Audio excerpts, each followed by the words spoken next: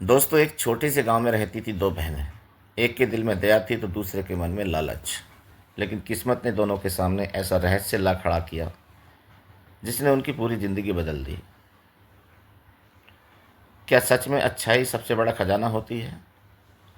जानने के लिए देखिए यह दिल छू लेने वाली कहानी आखिर तक। आप देख रहे हैं ब्लूम टीवी 2। रामपुर नाम के एक छोटे से गांव में पंडित हरिदास नाम का एक गरीब ब्राह्मण रहता था। उसका परिवार बहुत सीधा साधा था। घर में उसकी पत्नी सावित्री और दो बेटियां थीं। बड़ी बेटी गौरी और छोटी बेटी राधा। दोनों बहनें देखने में बहुत सुंदर थीं, लेकिन उनके स्वभाव में जमीन आसमान का फर्क था। गौरी शांत, दयालु और मेहनती थी। वह सुबह होते ही घर का काम संभाल लेती थी, माँ की मदद करती और पिता के लिए भोजन बनाती थी। वही राधा को सजने संवरने और दूसरों से झगड़ने की आदत थी। उसे मेहनत करना बिल्कुल पसंद नहीं था। गांव के लोग अक्सर कहते थे, एक ही घर में दो इतनी अलग अलग बेटियां कैसे हो सकती हैं। तो पंडित हरिदास बहुत गरीब था। गांव में पूजा पाठ करके जो थोड़ा बहुत अनाज मिलता था उसी से घर चलता था। कई बार तो रात में पूरा परिवार सिर्फ पानी पीकर सो जाता था। फिर भी हरिदास हमेशा ईश्वर का धन्यवाद करता और अपनी बेटियों को सच्चाई और ईमानदारी का पाठ पढ़ाता था। एक दिन गांव में खबर फैली कि पास के नगर का राजा अपनी बीमार रानी के इलाज के लिए किसी दुर्लभ जड़ी बूटी की तलाश करवा रहा है। जिसने भी वह जड़ी बूटी ढूंढ कर दे दी, उसे सोने के 100 सिक्के इनाम में मिलने वाले थे। यह खबर सुनकर पूरे गांव में हलचल मच गई। राधा की आंखों में लालच चमक उठा। उसने तुरंत अपने पिता से कहा, पिताजी, अगर हमें वह जड़ी बूटी मिल जाए तो हमारी गरीबी खत्म हो सकती है। मैं कल ही जंगल जाऊंगी। गौरी ने धीरे से कहा, जंगल बहुत खतरनाक है बहन। वहाँ जंगली जानवर और डाकू भी रहते हैं। लेकिन राधा ने उसकी बात अनसुनी कर दी। अगले दिन सुबह वह अकेली जंगल की ओर निकल पड़ी। जाते समय उसने माँ से कहा, जब मैं लौटूंगी तो इस टूटी झोपड़ी की जगह बड़ा घर बनवाऊंगी। पूरा दिन बीत गया मगर राधा वापस नहीं लौटी। शाम होते होते घर में चिंता फैल गई। पंडित हरिदास गांव वालों के साथ उसे खोजने निकल गए, लेकिन रात होने के कारण किसी को कुछ पता नहीं चला। उधर जंगल में राधा रास्ता भटक चुकी थी। चलते चलते उसे एक पुराना कुआं दिखाई दिया। कुएं के पास एक बूढ़ी औरत बैठी रो रही थी। बूढ़ी औरत ने कमज़ोर आवाज़ में कहा, बेटी, मुझे बहुत प्यास लगी है। क्या तुम मेरे लिए कुएं से पानी निकाल दोगी? राधा ने घमंड से जवाब दिया, मैं यहाँ तुम्हारी सेवा करने नहीं आई हूँ। इतना कहकर वह आगे बढ़ गई। कुछ दूर जाने पर उसे एक चमकती हुई जड़ी दिखाई दी। उसे लगा कि यही वही दुर्लभ जड़ी बूटी है। जैसे ही उसने उसे तोड़ने की कोशिश की, अचानक तेज आंधी चलने लगी और पूरा जंगल अंधेरे में डूब गया। डर के मारे राधा जोर जोर से रोने लगी। उसी समय दूसरी ओर गौरी अपनी बहन को खोजते हुए जंगल में पहुंच गई। चलते चलते उसे वही बूढ़ी औरत दिखाई दी। बूढ़ी औरत ने उससे भी पानी मांगा। गौरी तुरंत कुएं से पानी निकाल कर ले आई। बूढ़ी औरत ने पानी पीकर मुस्कुराते हुए कहा, बेटी, तुम्हारा दिल बहुत साफ है। भगवान तुम्हारी मदद करेंगे। बूढ़ी औरत ने गौरी को जंगल का सही रास्ता बताया और कहा, जिस जड़ी की तलाश सबको है वह लाल फूलों वाली बेल के नीचे मिलेगी। लेकिन याद रखना, उसे सिर्फ निस्वार्थ मन वाला इंसान ही छू सकता है। गौरी धीरे धीरे उस जगह पहुंची। वहां सचमुच लाल फूलों की बेल के नीचे एक चमकीली जड़ी उग रही थी। उसने जैसे ही जड़ी को हाथ लगाया, पूरा जंगल रोशनी से भर गया। उसी समय राधा भी वहां पहुंच गई। राधा ने गुस्से में कहा, यह जड़ी मेरी है। पहले मैंने इसे देखा था। गौरी ने शांत स्वर में कहा, अगर तुम्हें चाहिए तो तुम ले लो। लेकिन जैसे ही राधा ने जड़ी पकड़ने की कोशिश की, वह राख में बदल गई। यह देखकर राधा डर गई। तभी वही बूढ़ी औरत वहाँ प्रकट हुई। अब उसका चेहरा चमक रहा था। वह कोई साधारण औरत नहीं थी, बल्कि जंगल की रक्षक थी। उसने कहा, लालच इंसान की सबसे बड़ी कमजोरी होती है। यह जड़ी सिर्फ उस व्यक्ति के लिए काम करती है जिसके मन में दूसरों के लिए दया हो। राधा शर्म से सिर झुकाकर रोने लगी। उसे अपनी गलती का एहसास हो चुका था। गौरी ने धीरे से कहा, बहन, गलती हर इंसान से होती है। जंगल की रक्षक गौरी की बात सुनकर प्रसन्न हो गई। उसने अपने हाथ से दूसरी जड़ी प्रकट की और कहा, तुम्हारी दयालुता के कारण मैं तुम्हें यह जड़ी देती हूँ। दोनों बहनें घर लौट आईं। अगले दिन पंडित हरिदास राजा के महल पहुँचे और रानी को वह जड़ी दी गई। कुछ ही दिनों में रानी पूरी तरह स्वस्थ हो गई।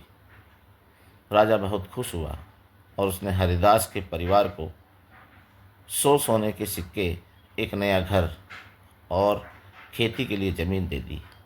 गांव में हर कोई उस परिवार की तारीफ करने लगा। लेकिन सबसे बड़ा बदलाव राधा में आया था।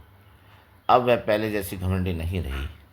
उसने मेहनत करना शुरू कर दिया और अपनी बहन से प्यार से रहने लगी। लोग कहते थे कि उस दिन जंगल में सिर्फ एक जड़ी नहीं मिली थी, बल्कि एक इंसान का बदला हुआ दिल भी मिला था। समय धीरे धीरे बीतता गया। अब पंडित हरिदास का परिवार पहले से बेहतर जीवन जीने लगा था। नया घर बन चुका था और खेतों में अच्छी फसल होने लगी थी। गांव वाले अब उन्हें सम्मान की नज़र से देखते थे। लेकिन हरिदास अपनी बेटियों को हमेशा एक ही बात समझाते थे कि धन से बड़ा इंसान का चरित्र होता है। गौरी और राधा दोनों जब पहले से ज़्यादा समझदार हो चुकी थी, तो खासकर राधा में बहुत बदलाव आ गया था। वह अब गांव के गरीब लोगों की मदद करने लगी थी। कई बार वह अपने हिस्से का भोजन भी ज़रूरतमंदों को दे देती थी। एक दिन गांव में एक अजनबी व्यापारी आया। उसके साथ कई नौकर और बैलगाड़ियां थीं। उसने गांव के बीचों बीच डेरा डाला। लोग उसकी दौलत देखकर हैरान थे। व्यापारी हर किसी से बड़ी मीठी बातें करता था, लेकिन उसकी आंखों में चालाकी साफ दिखाई देती थी। कुछ दिनों बाद व्यापारी ने गांव वालों को एक योजना बताई। उसने कहा, जो भी मुझे अपने पैसे देगा, मैं उसे 1 महीने में दोगुना करके लौटाऊंगा। लालच में आकर कई गांव वालों ने अपनी जमा पूंजी उसे दे दी। कुछ लोगों ने तो खेत तक बेच दिए। राधा को व्यापारी पर भरोसा नहीं था। उसने अपनी बहन से कहा, दीदी, मुझे यह आदमी ठीक नहीं लगता। तो गौरी ने जवाब दिया, सच्चा इंसान कभी ज़्यादा लालच नहीं करता, ना ही दिखाता। लेकिन गांव वाले उनकी बात सुनने को तैयार नहीं थे। धीरे धीरे व्यापारी ने पूरे गांव का विश्वास जीत लिया। यहाँ तक कि गांव के मुखिया ने भी उसे बहुत धन दे दिया। एक रात गौरी पानी भरने बाहर आई तो उसने देखा कि व्यापारी चुपके से अपने नौकरों के साथ सामान समेट रहा है। उसे तुरंत समझ आ गया कि वह गांव वालों को धोखा देकर भागने वाला है। गौरी ने दौड़कर राधा को बताया और उसे जगाया। दोनों बहनों ने बिना समय गंवाए गांव के लोगों को खबर दी। पहले तो किसी ने विश्वास नहीं किया, लेकिन जब सब लोग व्यापारी के डेरे पर पहुंचे तो देखा कि वह सचमुच भागने की तैयारी में लगा हुआ था। गांव वालों ने उसे पकड़ लिया। व्यापारी डर गया और माफ़ी मांगने लगा। उसने कबूल किया कि वह कई गांवों में लोगों को इसी तरह ठग चुका है। मुखिया ने गुस्से में कहा, तुम्हें राजा के सामने पेश किया जाएगा। व्यापारी रोते हुए बोला, मुझे माफ़ कर दीजिए।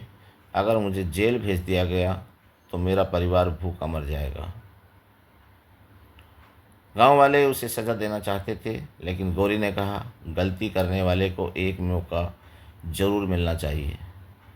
राधा ने भी अपनी बहन का साथ दिया। उसने कहा, अगर हम इसे माफ़ करेंगे तो शायद ये सचमुच बदल जाएगा।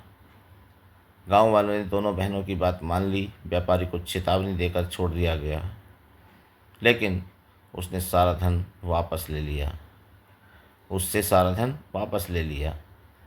कुछ महीनों बाद वही व्यापारी फिर गांव लौटा। इस बार उसके कपड़े साधारण थे और चेहरे पर घमंड नहीं था। उसने गांव वालों से कहा, आप लोगों ने मुझे नई जिंदगी दी है, अब मैं ईमानदारी से व्यापार करता हूँ। उसने गरीब बच्चों के लिए स्कूल बनवाने के लिए धन दान किया। गांव वाले उसकी बात सुनकर हैरान रह गए। धीरे धीरे रामपुर गांव बदलने लगा। वहाँ बच्चों के लिए पाठशाला बनी, किसानों के लिए कुएं खुदवाए गए और ज़रूरतमंदों के लिए अनाज का भंडार बनाया गया। इन सब कामों में गौरी और राधा सबसे आगे आगे रहती थी। एक दिन राजा स्वयं गांव देखने आया। उसने गांव की खुशहाली देखकर पूछा, इतना बदलाव कैसे आया है? गांव वालों ने दोनों बहनों की कहानी सुनाई। राजा बहुत प्रभावित हुआ। उसने कहा, असली धन सोना चांदी नहीं बल्कि अच्छे विचार और दयालुता है। अच्छे विचार और दयालुता होती है। राजा ने दोनों बहनों को सम्मानित किया और पूरे गांव को कर से मुक्त कर दिया। उस रात पंडित हरिदास अपने आंगन में बैठे आसमान की ओर देख रहे थे। उनकी आंखों में खुशी के आंसू थे। उन्होंने अपनी बेटियों से कहा, आज मुझे गर्व है कि मेरी बेटियां सिर्फ मेरे घर की नहीं, पूरे गांव की रोशनी बन गई हैं। राधा मुस्कुराकर बोली, पिताजी, अगर उस दिन जंगल में हमें सीख न मिली होती तो शायद हम आज भी सिर्फ धन के पीछे भाग रहे होते। गौरी ने कहा, इंसान की असली पहचान उसके कर्मों से होती है। धीरे धीरे यह कहानी दूर दूर तक फैल गई।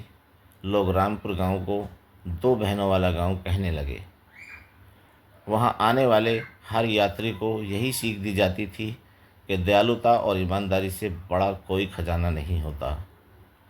तो दोस्तों, इस कहानी से हमें सीख मिलती है कि इंसान की असली पहचान उसके धन से नहीं बल्कि उसके कर्म और दिल की अच्छाई से होती है। अगर आपको यह कहानी पसंद आई हो तो वीडियो को लाइक करें, शेयर करें और हमारे चैनल ब्लूम टीवी 2 को सब्सक्राइब ज़रूर करें। ऐसी ही नई प्रेरणादायक और दिल को छू लेने वाली कहानियों के लिए जुड़े रहिए हमारे साथ। मिलते हैं अगली शानदार कहानी में। तब तक के लिए जय हिंद, बाय।